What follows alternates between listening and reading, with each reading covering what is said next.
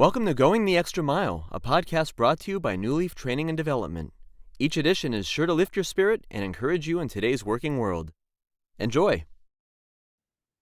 Time Management Part 2.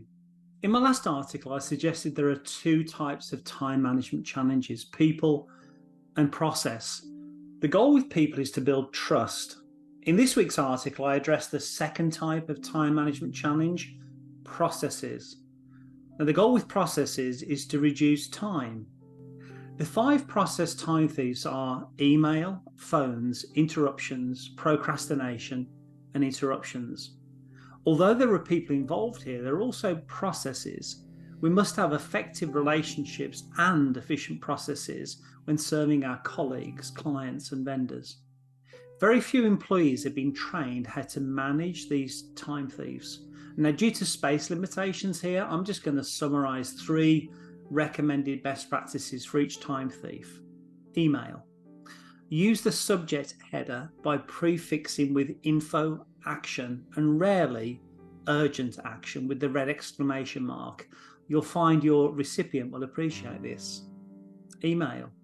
Use the person's name at the start of the email and consider opening and closing with a phrase that is connective as humans or a little relational, such as, I trust you well, or I trust this is useful. Email. Be clear whose court the ball is now in by closing with a phrase such as, I look forward to hearing from you. Phones. Consider standing up when making a call, as you'll find you communicate clearer and your call time will reduce. Phones. If you have to deal with someone who is verbose, summarize back what they've said and ask them if you've understood them. People who are very wordy are often that way because they don't feel understood. Phones. To avoid text tag and ambiguity, use the voice recorder functionality on your cell and then send the recording as a text message. Interruptions. If someone stops by your work area and asks, do you have a minute? Ask them if it really is a minute. If they need longer, schedule a mutually convenient time.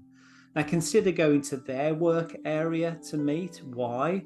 Well, it's easier to walk away from someone when you're done rather than push him or her out of your area.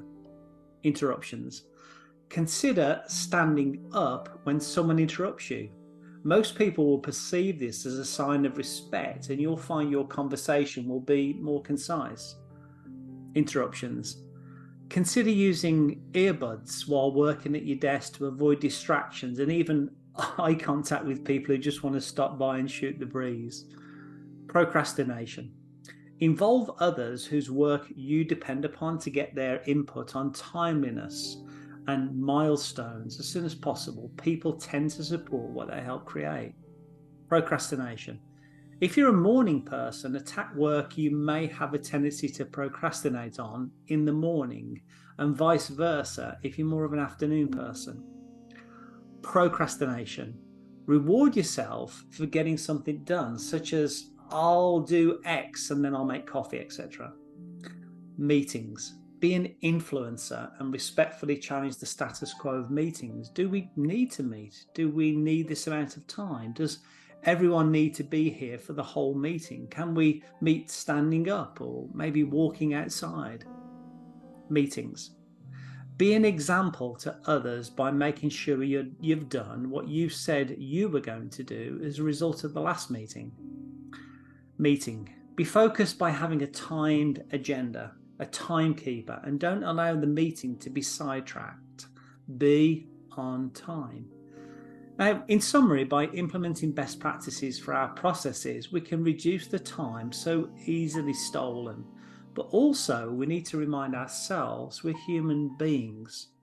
Now, I believe this quote from Mark Buchanan summarizes this tension really well. Generous people have more time. Contrariwise, those who guard every minute, resent every interruption, ration every moment, never have enough. They're always late, always behind, always scrambling, always driven.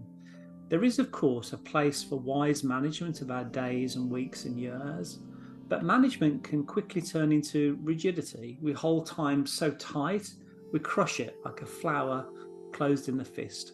We thought we were protecting it, but all we did was destroy it. In conclusion, I hope over these last 2 articles I've encouraged you to focus on building effective relationships and to have efficient processes at work. I hope you found that short story useful, and if you did, feel free to rate, review, and share this podcast. We'll be back next week with another episode, and we also invite you to check out our other weekly podcast, Take 5, an inspiring interview with a leader worth listening to. Bye for now.